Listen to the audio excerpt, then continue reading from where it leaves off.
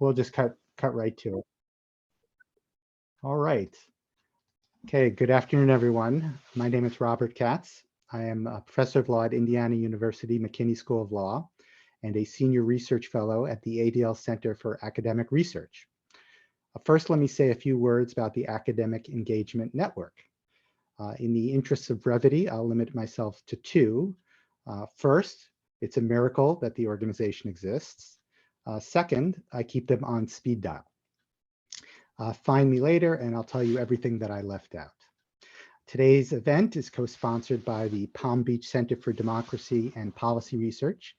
The center was co-founded by two individuals I've had the pleasure of getting to know, Dr. Louis Fleischman, professor of sociology at Palm Beach State College, and Dr. Stephen Sussman, professor of public administration at Barry University. I'm honored to introduce today's speaker, Thane Rosenbaum, on anti-Semitism and academic freedom, free speech, and the right to hate. I suppose I should start by saying that he is Distinguished University Professor at Touro University Jacob D. Fuchsberg Law Center. But that would be like saying Ringo is a drummer. It's true, but it's wildly underdescriptive. Professor Rosenbaum is an essayist who regularly publishes in important outlets. He provides commentary and analysis in the media on a wide range of topics, including the Middle East, anti-terrorism, anti-Semitism, human rights, and Holocaust memory. He has written 3 books on law and morality. His most recent book, Saving Free Speech from Itself, makes an erudite and persuasive case on why and how to regulate hate speech. I keep this book on my desk and consult it regularly along with this. He wrote Payback, The Case for Revenge. I keep that book on my night table. Lastly, he wrote The Myth of Moral Justice, Why Our Legal System Fails to Do What's Right. That one should be coming tomorrow. Professor Rosenbaum has published 5 novels. Novels! I don't even know how to process that. He does, however, and with gusto. He pursues his muse as founder and creative director of Touro's Forum on Life, Culture, and Society. Professor Rosenbaum is thus more than a polymath, though that is quite an accomplishment. He is a public intellectual and one with a delightful personality. It also doesn't hurt that he has a healthy head of hair. So now let me present our speaker. He will talk for half an hour or so, and then I'll take questions. Please post your questions in chat, and I'll pose them. If there's time, we can invite participants to join us on screen. Thank you. Professor Rosenbaum? Thanks so much, Rob. Appreciate it. I see some familiar faces, Carrie Nelson, Miriam Ellman. I agree with what Rob said about AEN, Academic Engagement Network. Carrie and Miriam will remember we were the 3 of us spoke, I think, at the exact same time at the inaugural conference years ago. So this is sort of a little reunion for us. And that's where I met them and have been following them. And they're, I'm going to discuss in a moment Carrie's book, Israel Denied, which is extremely important to this discussion. So welcome, all of you. I'll try to do this quickly, in part because we have a lively group, a smart group, and I'm sure there's lots of people who have comments. But I have a lot of things to say, so I'm going to try to do it quickly. The first thing is, Rob pointed out my last book, Saving Free Speech from Itself. So let me start off with just giving a very brief discussion of how I understand the First Amendment, because I think my understanding of the First Amendment is really not that much different from my understanding of academic freedom. And I think we've lost the fundamental understanding of academic freedom. Like we think that, or we've allowed university presidents to tell people that if you write a tweet that threatens someone or provides a slur, that you have academic freedom to do that. Of course, if you're an academic, you can send out a tweet and you can use any language you want to insult someone and not contribute to the public discourse at all. Naturally, because you have tenure, you should be able to say whatever you want. Now, I can tell you that in Saving Free Speech from Itself, I make the case that the founding fathers were people that read books. These were serious people. They were men, of course, but they were serious men. And they believed in a public square. There were no phones, there were no radios, there were newspapers, which is why there was freedom of the press. They could not have conceived of the internet. But they believed truly that the public square and soapboxes is where the general public receives information, shares ideas, advances knowledge, improves civilization, makes government better decision makers, contributes to representative democracy, and allows people to engage in a marketplace of ideas. So, for instance, in the book, I would say that the idea that neo-Nazis would be marching on a group of Holocaust survivors 25 years after Auschwitz, I'm pretty sure the founding fathers did not think that that's what the First Amendment was for. Pretty sure. Or burning crosses on the lawns of African Americans. You've got something to say about affirmative action. There's op-eds. You can come to the public square, you can make an argument, but to threaten and intimidate and deprive people of a sense of citizenship is not what the founding fathers we fought a revolution for. And so I make this case that human betterment was the end game of free speech, and that anything that falls below that is really there to merely intimidate and cause harm, to frighten, to strip people of a feeling that they are true participants in society. And I would say the same thing holds for academic freedom. It's about academic settings and collegial atmospheres, right? Collegial, remember that? Where rigorous scholarship and critical thinking takes place, where there is a rigorous and vigorous investigation and interrogation for truth, where knowledge is being advanced in art, culture, science, humanities, and that there is a feeling of mutual respect, not intimidation, and again, where there are not true threats. That's the academic freedom that I think people that are at least online now should be fighting for, and that we have capitulated to an idea that when it comes to free speech, anything that comes out of the mouth of a lunatic is an idea, which I reject. And anything that's tweeted by a person with tenure or not tenure, as long as they have a title professor, a professor can write any nonsense they want in a tweet, and that could be part of their tenure application. And that we can certainly not say to them, this is just unbecoming of a university. It's an unbecoming of an academic. And we don't want you here. You obviously don't understand what a university is about. You don't understand an academic setting. So just recently, we know there were marching in Ann Arbor with chants, intifada, intifada, intifada. We are told that there's nothing you can do about that because there's free speech and academic freedom. Now, people on this call probably know intifada means to shiver, to tremor. It is literally a call to arms. It could not mean anything less than calling for the hatred of Jews and violence to be committed against Jews. It's the rallying cry. So the question is, why is that permitted on a college campus? This same thing happened several years ago at the City University of New York here in New York City, a lunchtime rally where there was screaming intifada, intifada. My understanding at Michigan, it was even worse than that. They were also screaming, there is only one solution. I don't know if they said one final solution, a free Palestine. So that means they were picking up on the language of the Nazis, right? They were literally using the language of the Nazis, final solution. And somehow there is some assumption that there's academic freedom associated with that. I'm hearing someone's phone. Is someone getting a phone call? Okay. That there's some academic freedom and free speech issues involved. Now, I refer to Kerry.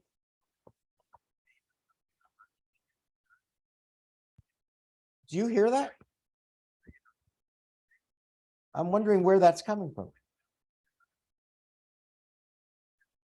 All right, that's weird. Anyone hearing a phone call? You're hearing something that we're not hearing. Oh, okay, maybe that's it. I have no idea where that's coming from. Okay. It's actually, you know what? It's coming from my app, my watch. Talk about technology. Sorry to lose that that momentum. Carrie Nelson, who's now on this online with us, his book Israel Denial. He talks about, all of you remember, the speech that was given at Vassar by I forgot her name, Jashir Puar, right? Is that her name? Yeah, I think Jashir Puar. And in it, she received a standing ovation for saying, among other things, because she had just written a book about how Israel, it's a book, I think, with the title Maiming. And it's the point for which she received a standing ovation is that the IDF intentionally harvests Palestinian organs, that the IDF intentionally maims Palestinians and stunts their growth, and that the only reason that Israel responds to disaster relief is that it gives them another opportunity to maim and to harvest organs. Now, of course, there's no proof of that. There's no rebuttal to that. There's no corroboration to that. That's just said. And by the way, my understanding is that she received a book award for a book that was without any scholarship, that simply makes these claims.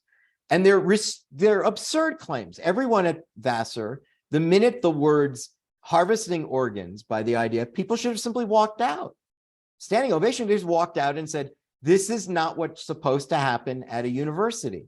Now, I want to also read to you, this woman has traveled well. I think she's at Chicago now. If anyone knows what this paragraph means, please tell me, because I don't know what it means.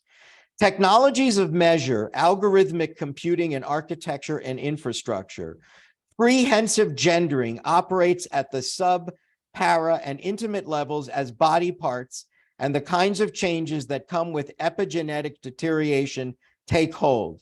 In the context, then, of Palestine, hacking is not a computational metaphor, rather a distinct practice of reshaping the forms of human bodies and parts informed by computational platforms. This woman is an imbecile. If you know her email, feel free. You can tell her this was quoted, it's recorded. She's an absolute imbecile. There's not a single English sentence that was written there. And yet this is a woman that received a standing ovation at Vassar and is traveling around and won a book award for a book that can't be corroborated. In fact, I think she said two things interesting about it. I think Carrie mentions it in his book, that she recognizes that her claims are extreme, but she said, I think Carrie wrote, she said that she recognizes that she stretches the speculative into the now. Are you all listening to this? She's basically saying, I am a liar. It doesn't matter that what I'm telling you is nonsense. She says the most important thing is to rally people to the Palestinian cause. And if I need to scare people by making up shit about Israel, that's my right. I have the academic freedom because some nonsense university gave me a PhD, which I just read to that paragraph. How did she get a PhD? How did she win a book award for that sentence alone? She'd have been disqualified. But somehow this book and what she has to say is being not just honored, but tolerated on a university campus without rebuttal, right? Very important that the idea of, remember, people on university and graduate schools defend their dissertations. The university campus is intended to be a place of vigorous debate where ideas are shaped and also rebutted. But there is no academic freedom. There's a culture of campus where certain aspects receive no academic freedom at all. In fact, if anything, it's just pure censorship and self-censorship. We know that we have people working at universities now on diversity, equity, and inclusion, and inclusion does not involve Jews. And when it comes to any criticism of people of color or based on gender or race or sex, immediately we are invoked safe spaces, trigger warnings, microaggressions. There can be no critical discussion of critical race theory. There can be no critical discussion or criticism of intersectionality. There can be no critical discussion of political Islam. You can't raise any questions about political Islam and its relationship to terrorists without being called a racist or homophobe, Islamophobe. I know this because not a day goes by that I'm not called a racist or an Islamophobe, because what I just said, by definition, if I'm calling attention to any relationship between Sharia law and barbarism, or Sharia law and beheadings and dismemberments, or terrorism and political Islam, these things are all immediately not permitted, given any sanction as academic freedom, and they're completely censored. And so there's a certain immunity from ideas, certain ideas that receive no academic freedom at all. And there's some ideas that are would constitute true threats under any First Amendment analysis, like intifada, right? That should be considered, should immediately is a prescribable category under free speech and is not protected under the Constitution. And yet university professors and university presidents claim that it is. We also hear that any defense of Israel, any criticism of Palestinians, we hear this word all the time. The reason we need safe spaces is because anything that offends a person of color, certainly in the case of Islam, anything that mocks Islam or offends anyone, immediately violates the safe space principle, and it quote endangers students on campus. So I'm going to read to you. This was from DePaul University. Again, I'm not making this up. Everyone should be so appalled by this and embarrassed that this actually takes place on university campuses. 3,000 students signed a petition at DePaul because a Jamaican, are you ready for this? A Jamaican professor, a person of color who happens to be gay, a gay Jamaican professor, wrote an article in which he said that Israel has the right to defend itself against terrorism, and that Palestinians are responsible for this terrorism, and that credit must be given to Western civilization and to Israel for advancing knowledge. So the petition, and I'm going to try to find this. This is almost too hard to believe. The petition said, it says, several student groups denounced Hill's praise for Jewish and Western civilization's achievements as, quote, racist, anti-Palestinian, xenophobic, sexist, Islamophobic, characterizing his criticisms of Sharia law as uncivilized and barbaric and primitive. More than 3,000 students signed an online petition denouncing him. Denouncing him for what? For exercising his academic freedom. What was his academic freedom? That he thought that Israel had the right to defend itself against terrorism and that the Palestinians were responsible for that terrorism. One student was quoted in this article. Are you ready for this? This is actually at a university, right? I'm giving you examples of things at universities that people now take for granted, as if this makes sense, that this is rational, that this is appropriate for an institution of higher learning.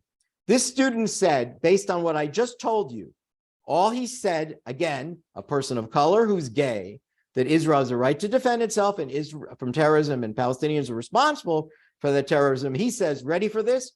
I don't feel safe as a Muslim student knowing that someone like this is on our campus. It's ridiculous that my tuition is going to the salary of an Islamophobe, of a transphobe. He's gay. He's gay. And I don't see what in that comment about Israel defending itself demonstrates that he's transphobic in any way, or a very sexist man. I don't know where the sexism was in those comments, but 3,000 students, and that we've conditioned students, we've normalized them, that it's appropriate to shout down speakers that you don't like. There was a recent poll that said that over 65% of students in the poll thought it was appropriate to shout down speakers that you don't like. 65%.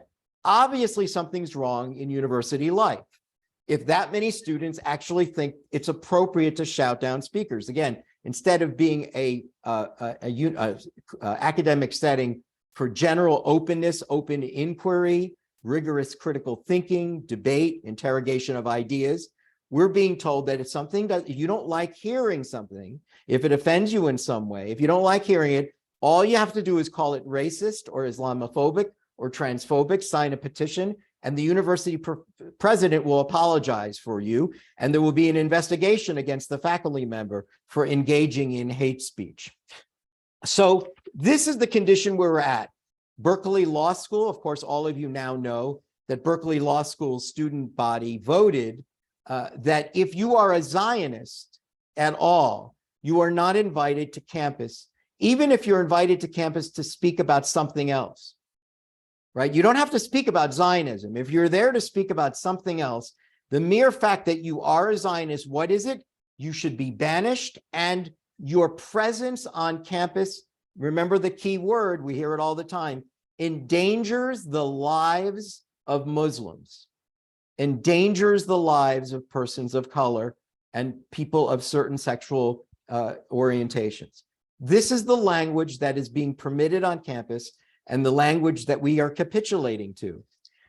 Students that are Zionists or who have traveled to Israel, who may even be in favor of two-state solution, have more nuanced views of the conflict, have been asked to publicly denounce Israel in order to retain their position and in student government. That we've reached the point that we have to have public proclamations denouncing Israel. Without doing so, one can forfeit their social life, one can forfeit their freedom on social media, one can forfeit their positions in student government. There is simply no allowance for any constructive, respectful conversation about the conflict between the Israelis and the Palestinians. Any false claim, the one I gave you with Puar, to me is the most absurd. Israel operates according to, Israel has, the IDF has a code of ethics, right? This is not an army that casually takes the loss of life, but instead we are told that criticizing Islam, and certainly political Islam, is hate speech, but criticizing Zionism is academic freedom. And there's no academic freedom when it comes to criticizing Palestinians or persons of color or persons of a certain gender or ethnicity. So hatred of Israel is normalized. Defense of Israel is demonized. The woke ideology, it's gotten much worse than that. I assume many of you know this, but right now on campuses, we are told that Israel is responsible for racism in the United States because of its disproportionate retention of Palestinians in jail, so that the large incarceration rates of African Americans in the United States is Israel's fault, because Israel has been teaching the United States what to do with people of color.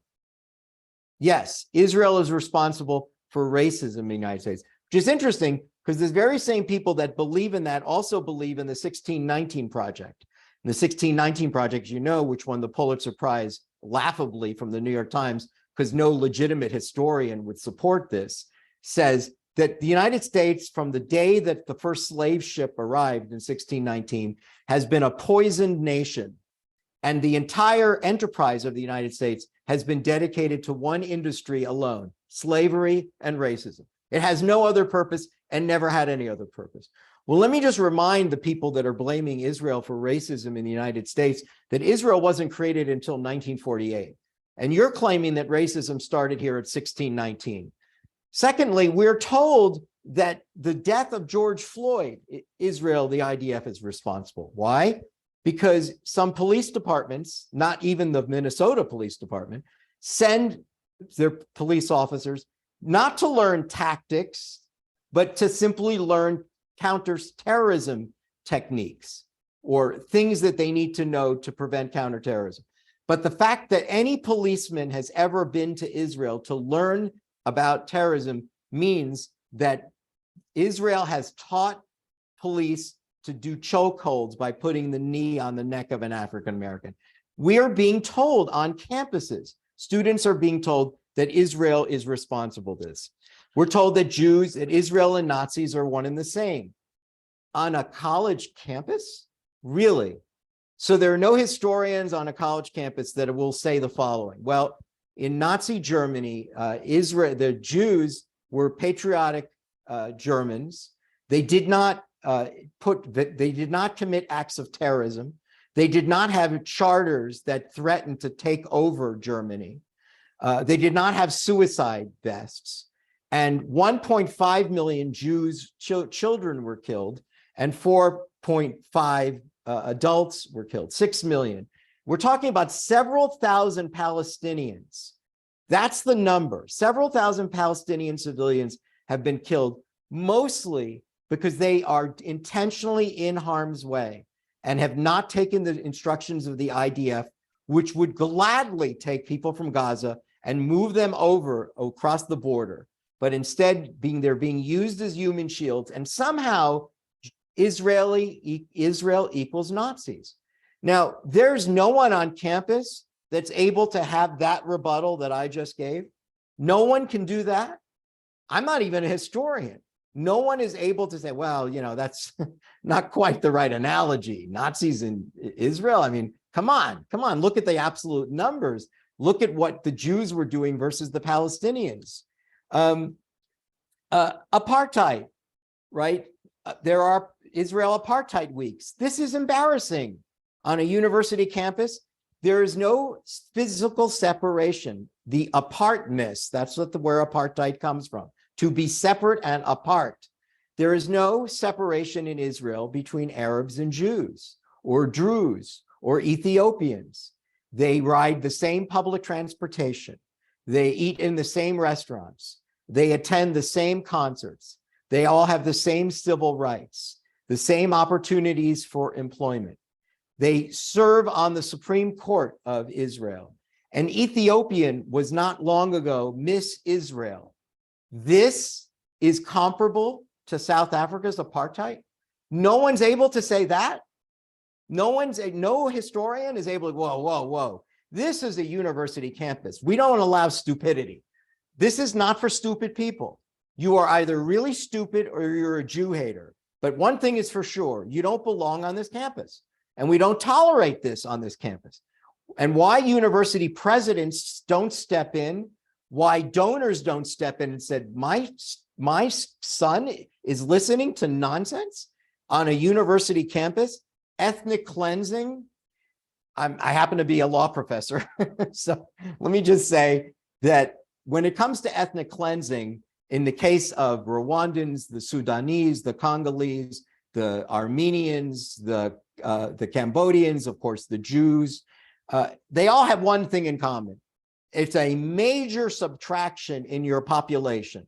You don't get to use the words ethnic cleansing unless you've had a major subtraction, loss of your people.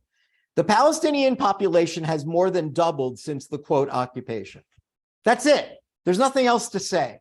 You can't double and use the word ethnic cleansing. You could say other things, but you can't use a loaded term like ethnic cleansing and saying genocide. Israel is the only nation that is targeted for annihilation and is also accused of genocide at the same time. There's no other nation like that. The occupation, right, which is a word that, and I think the Israelis made a huge mistake. There is no occupation. There's a land dispute. I get it. I understand. There's a land dispute, but it is not an occupation. And by the way, as far as occupations go, we don't hear anything on a university campus about the Chinese occupation of Tibet, or the Indian occupation of Kashmir, or the Turkish occupation of northern Cyprus, or the Syrian and Iranian and Turkish occupation of Kurdistan. These are real occupations because those nations never had any claim to those lands, right? Remember the kingdom of Judea, which existed several hundred years before the ancient Greeks? Remember the Old Testament?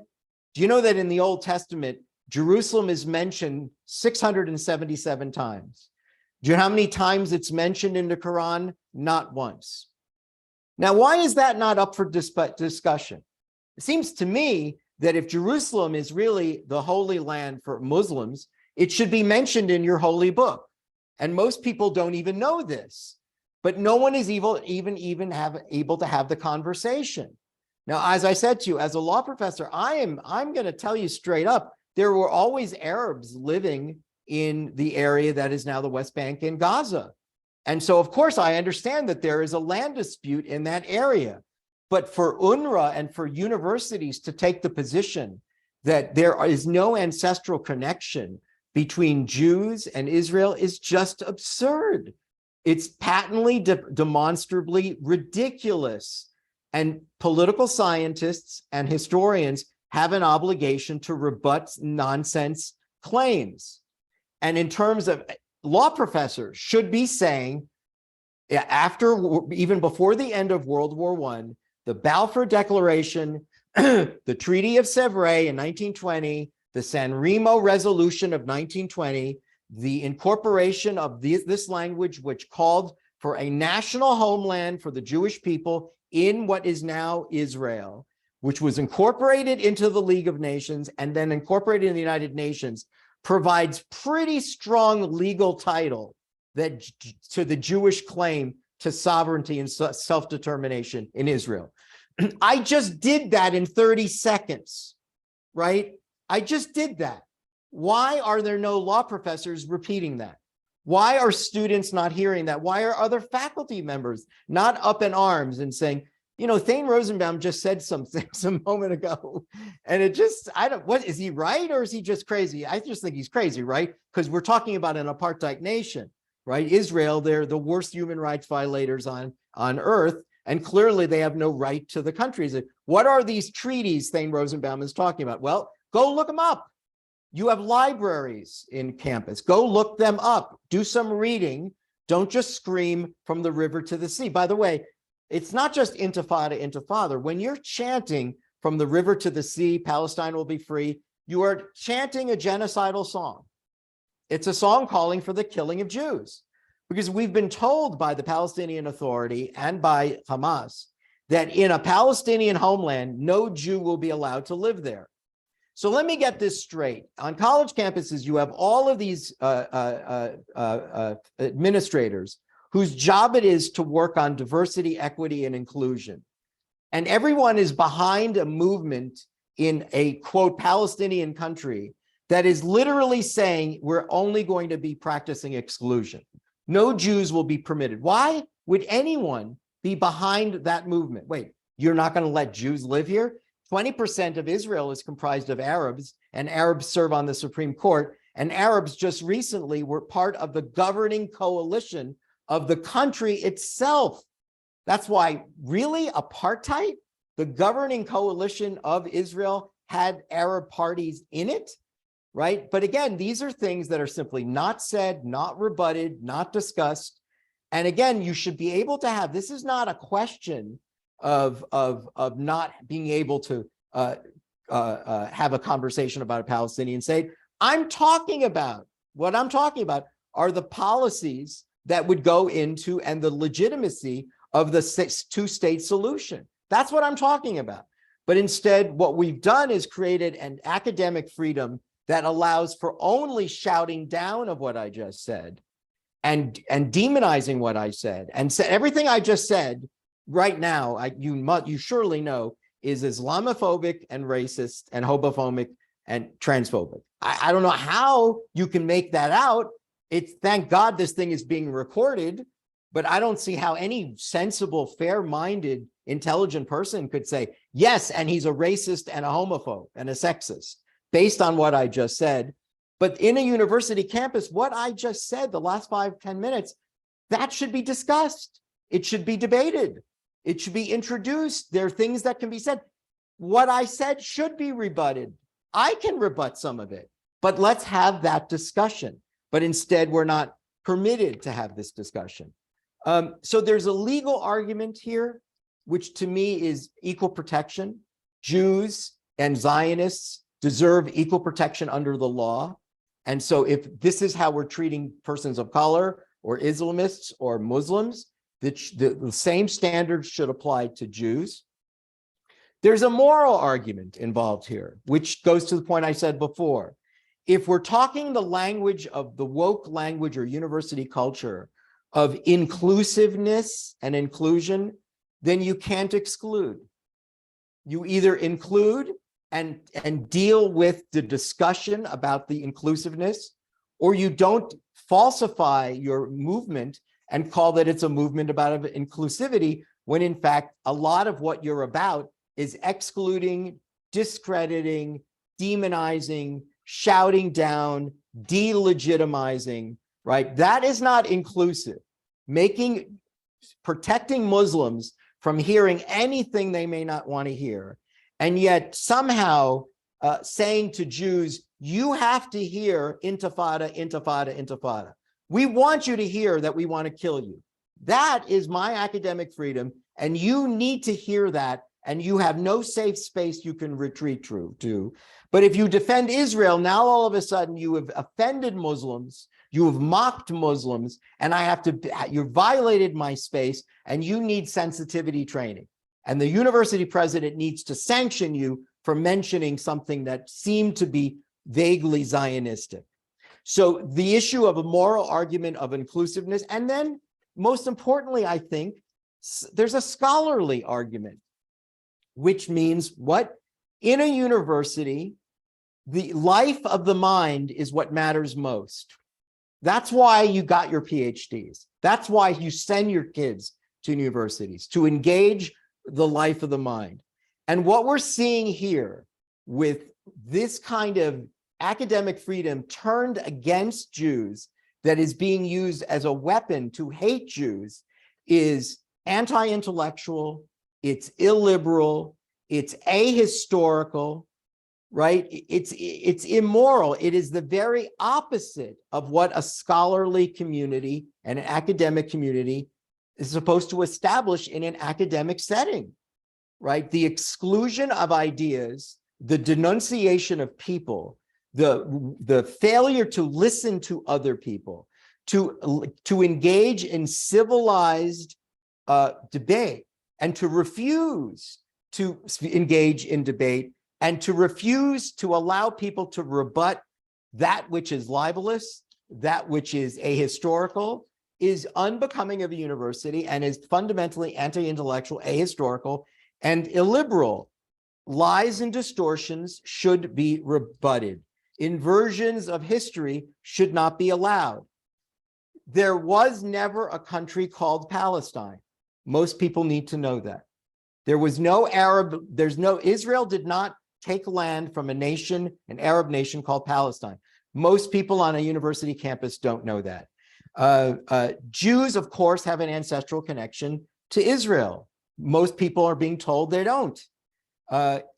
What we know from Carrie Nelson's book, we know that someone won a book award for saying that Israel is harvesting the organs and deliberately stunting the growth of Palestinians, right? This is all utter nonsense and libelous.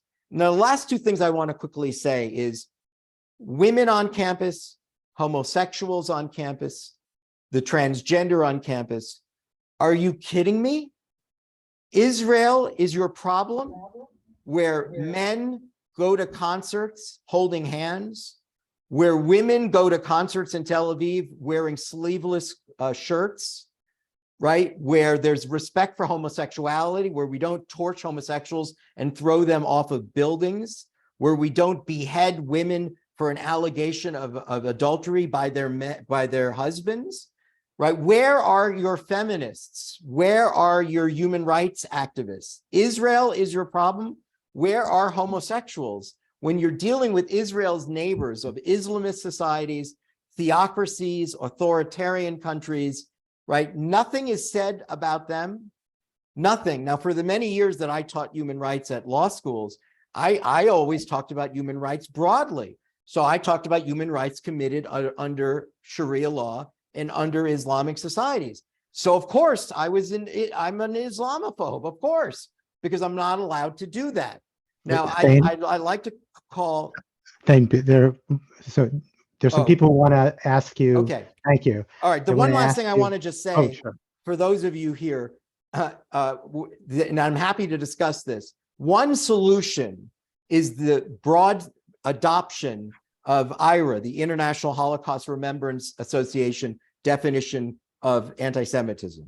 Because if that were adopted as the definition, which by the way, 36 countries have adopted it, if it were adopted on college campuses, most of what I just said would go away. Because most of what I just said would be defined as anti-Semitic. Denying Jews the right to self-determination would be anti-Semitic. Harvesting organs is a blood libel. That would be anti-Semitic. Conspiracies and Jewish control would be anti-Semitic. Holding Jews in the United States collectively responsible for the policies in Israel, that would be anti-Semitic. And holding Israel to a different standard than any other nation, that would be anti-Semitic. Everything I just said would go away because they would all be deemed anti-Semitic and universities would lose funding under Title VI. All right, I hope I didn't run too far over, but we still have at least 15 minutes till 1 o'clock. So we have Diane Kunz. Can you unmute? Spencer, can you unmute her? Thank you. Yeah. Thank you so much for an excellent talk. I think we all sit here and just wonder how we got here. And there's a question and a comment I'd like to make. The comment is, you talk about Jasbir Puar's and her whole thing about body parts. I work with the Louis Brandeis Center, but I'm also I'm the executive director of the Center for Adoption Policy, writing a book on the history of U.S. international adoption. And you will be saddened or surprised or whatever to know that there's another group of people that apparently steals body parts, and that's internationally adopted children. So, and what is frightening, of course, there is no proof that does not happen. And there have been a lot of articles debunking this, but there are an awful lot of professors who write things that say, because you cannot prove it, shows that it happened. Yes. And that's where we are. That we have academics with PhDs who are writing in journals, peer-reviewed journals, who say the absence of proof is proof, which sounds like some 14th century conspiracy theory. Well, you hit the right word. The conspiracy is what they say, right? That the evidence of the conspiracy is the absence of the proof. Exactly. And so that's the situation we're in vis-a-vis Israel, vis-a-vis international adoption, which is just laughable. I mean, it just makes, the fact that you're good makes you bad. And on a university campus where your obligation is to provide source material. But you say that, and again, one slight comment, but first, the comment is, well, look at Nazi Germany. Look at the professors there. The professors were amongst the first to cave. Made for careerist reasons, ideological reasons, they did not show themselves to be people on a campus who were into free thinking. But the question I have for you is, when I go out and speak about this, and I have I started with AEN years ago, is the Jewish professors, that they are providing cover. What do we do about our colleagues and people we know who cannot bear not to be part of the conversation and will be the first, if not now, Bet Salem, or the people who just say, but it is an evil occupation and give cover? What do we do about them? I don't know, Diane. It's both disgraceful and deplorable and heartbreaking. And it just proves, for all the talk about Jews being smart, they're not really. What Jews really want, they want to sit at the cool table. That's their problem. They've always wanted to sit at the cool table. They had a problem in elementary school and they still have it. And let's remember something about faculty members. We're bookish people and we're awkward, right? And so I think there's a long history on university campuses of people like academics who want to be liked, who want to have friends, who want to be accepted in the faculty lounge and don't have very strong ties to their Jewishness. They've never been to Israel. This stuff to them is really abstract. And by the way, they live in a world of abstraction. They're academics. They don't live in a world of concrete, they would not send their children to the IDF to serve in the, it's not what they would do. So I don't know what the answer is. I don't know. I feel more strongly about what I said than what my solutions might be. The only solution that I think would work is what I just said about IHRA, because it would deprive universities of federal funding, and then university presidents would be forced to act. And the second thing, which is I don't understand why Jewish donors are not calling university presidents and said, not one more cent until you clean up what's happening there. Clean it up. You're the president and do it. I am told endlessly by people that Jews are afraid to make that phone call because they feel a loyalty to their alma maters, and they like having standing within the alumni community. No, but they're also, if I may just say, they're also afraid to be targeted as the people who are using their Jewish money to shut free speech. Good point. As you saw with the whole Kenneth Roth. Good point. Good point. Thank you. So thank you. Carrie, Spencer, if you could unmute Carrie. I think. Hi, Carrie. I agree with you that the single most important thing to do is to get IHRA adopted. I mean, that's I think the primary task at the moment. I'll say about Jasper Puar, the book includes an incredible amount of gibberish. You quoted one passage. You could have spent your entire hour quoting gibberish. But I've read it, so I didn't need that.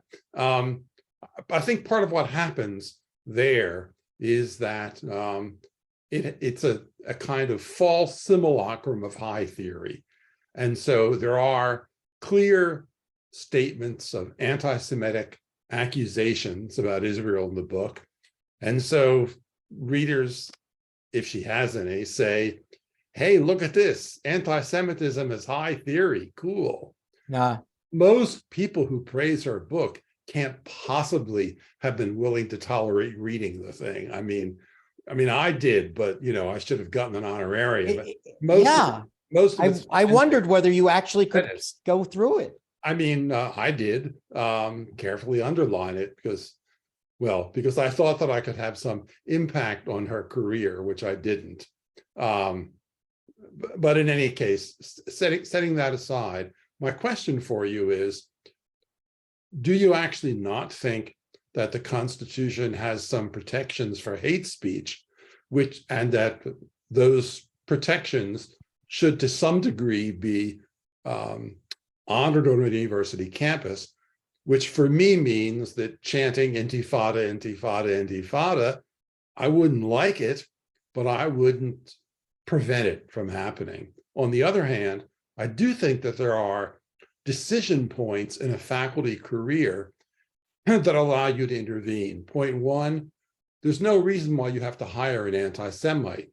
Point two, there's no reason why you have to give it tenure to an anti-Semite. Right. Point three, you don't have to promote an anti-Semite to full professor. You don't have to grant his or her sabbatical application, and so forth. So you could make faculty anti-Semitism consequential, and you could have sanctions at kind of those moments in a faculty career, rather than instituting a kind of surveillance process across all faculty. The problem, Carrie, is that all that remedies that you just listed, every single one of them would immediately be called racist.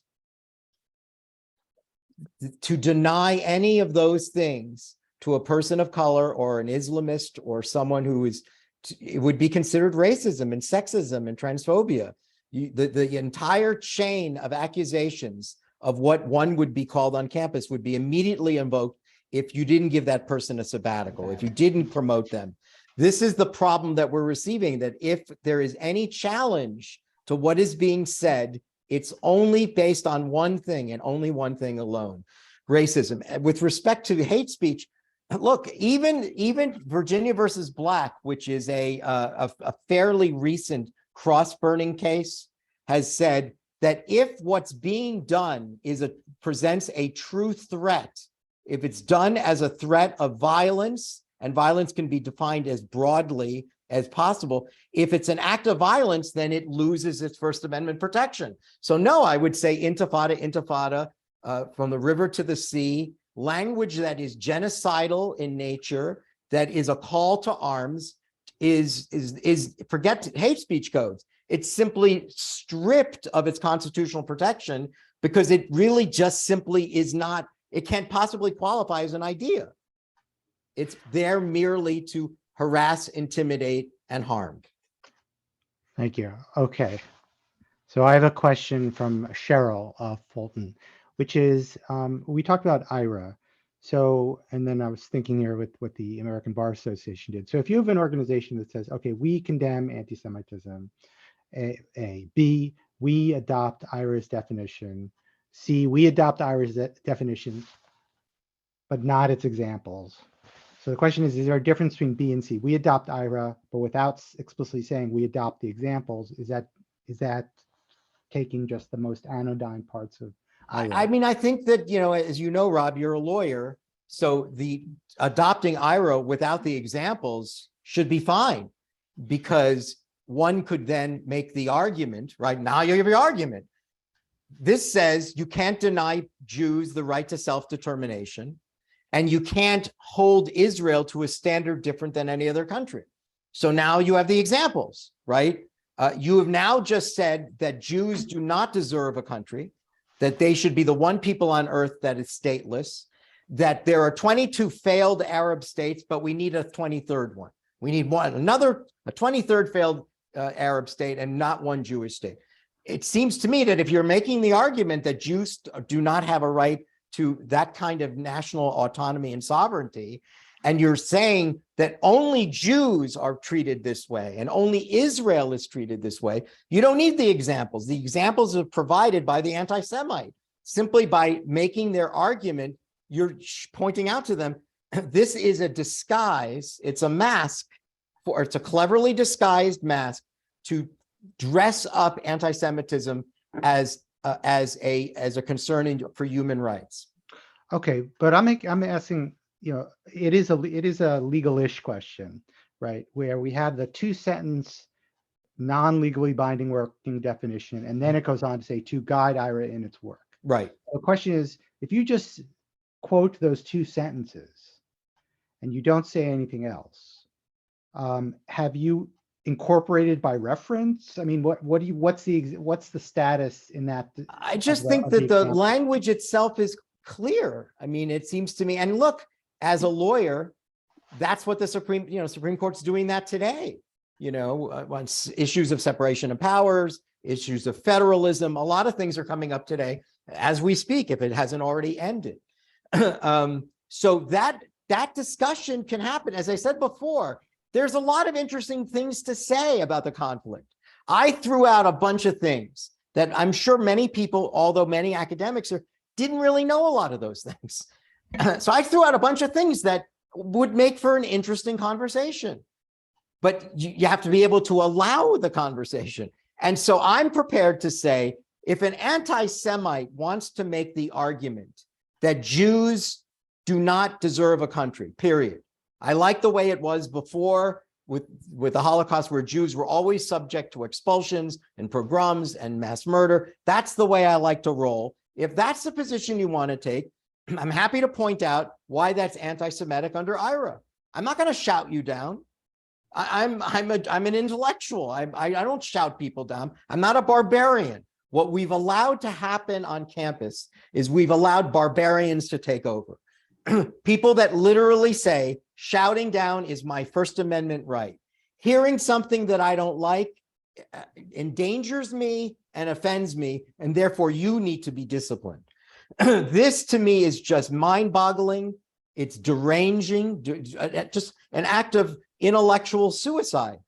So I don't think you need the examples. Look, I love including the examples, but if the examples are the impediment, I wouldn't not pass IHRA. because the language itself says what it says. As I said, the thing with the blood libels, maiming Palestinians and stealing organs is a modern day blood libel. What you're really saying is people aren't stupid enough anymore to believe that Jews kill Christian children and make matzah out of it. Why? Well, because matzah tastes terrible anyway. And blood would, it's just ridiculous. No one's that stupid anymore. So now we've come up with a new level of stupidity. Jews don't make blood, but they stunt the growth of children. They steal the organs of children and adults. These are blood libels, and they apply under IHRA. Okay, thank you. We have Edward Halper. Thank you for the talk. The charges against Israel are just so absurd and so easily refutable. The repression of free speech on university campuses is so detrimental to the universities and to any kind of education that I think we should ask how we have gotten here and really what can we do about it. We are witnessing, it seems to me, a new rise of Nazism, cloaked in this accusation that it's actually the Jews of the Nazis, but it's still a Nazism. And it's unlike what you're suggesting. It doesn't seem to me that the definition of anti-Semitism makes any difference at all. I think that people who are very conscious that they're anti-Semitic. I can't understand it. I don't understand how we got here. How did this arise? I feel like at some point I woke up in the wrong world. So if you could explain it, if we know how it comes about, how it came about, maybe we could have some insight into. I would just say, look, Rob introduced me as a public intellectual. I don't really think of myself as an academic, as a true academic. I think, my writings are much more for the public. So I don't know if I'm qualified to answer this, but I will say this. I think that with the end of communism and the end of postmodernism, there was a vacuum. And that was that included a lot of academics that really were all of a sudden, shipwrecked, abandoned. And I do think that the language of anti-colonialism, decolonialism somehow stepped in there. And a number of factors came in: multiculturalism, anti-colonialism, oppression, the oppressor, the idea of the introduction of racism, that this thing is endemic in whites, that it's the things that we're hearing in the conversations about woke, critical race theory, intersectionality, these picked up in many ways. Some people would say, well, they borrowed from the Frankfurt School. They're all essentially Marxists. They all, they all would be comfortable reading Herbert Marcuse and Theodor Adorno.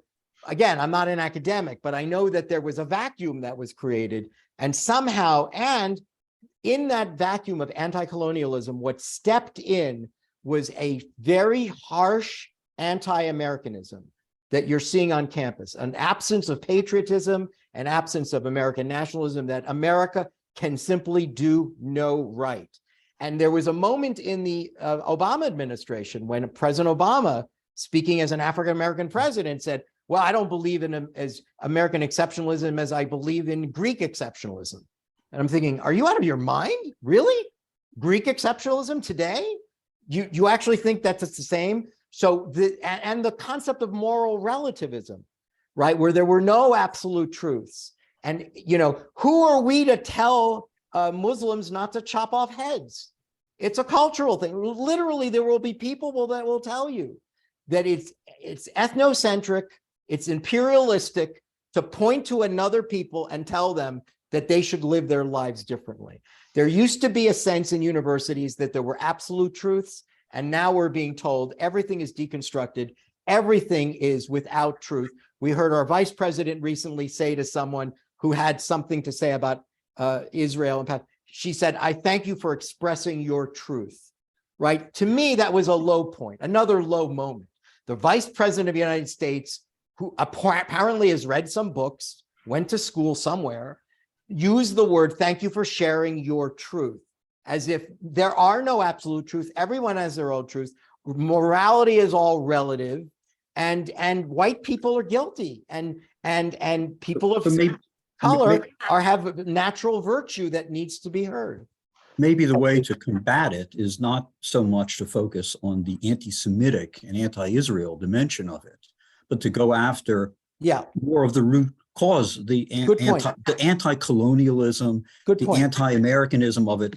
Maybe as academics, we should be attacking this theory and discrediting this theory, which and also I think has very little going. It's a good point, Edward. And Ed, I would like to add one last thing. Israel didn't help itself. And I'm not, and now I'm going to pause and you go, oh, what is he going to say? I'll tell you what I'm going to say. Way too successful. Just too classical anti-Semitism. They came with nothing and now they're wealthy. How is that? How did they pull that off with all those wars, all the terrorism, startup nation, desalinating water? They desalinated water. They invented diagnostic equipment that can be swallowed as a pill. Are you guys kidding? Way too good, too advanced. They're so advanced that the Persian Gulf countries, the Abraham Accords, are related to that. What do you think has happened? You have rich Gulf nations with broad financial resources. They're finance centers of the Middle East. Who do you want to invest in, the Palestinians or the Israelis? The Palestinians don't want peace. They fly kites with fire on it. They inflame tires. This is their Nobel Prize. Their kids are not in school and they're learning how to fly kites that have flames on it. You know, if you're going to bet on something in that region, it's clear the Emirates are going to bet on the Israelis and not the Palestinians. And that the resentment is deep in my view, about how successful Israel has been in such a short period of time.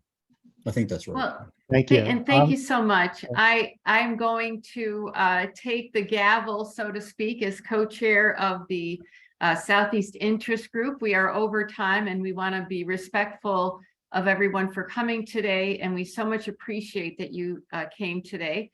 My name is Terry Fine. I'm with Steve Sussman. We co-chair the AEN Southeast Interest Group, and Steve has been a wonderful partner to work on this project with, and particularly in his work to co-sponsor this event with the Palm Beach Center for Democracy. I would like to thank the Academic Engagement Network leadership. I apologize. Thane Rosenbaum, Robert Katz for their insightful remarks. Certainly, I imagine that both would be amenable to some follow-up emails and discussion. And thank you for sharing such important and interesting work and discussion, and for the engagement of those who are joining us on Zoom, focusing on anti-Semitism and academic freedom. And of course, we hope that you will join us for all future AEN workshops and presentations. They are equally as interesting as this one, and we all get so much from them. Thank you so much. Thank you. Thank you so much.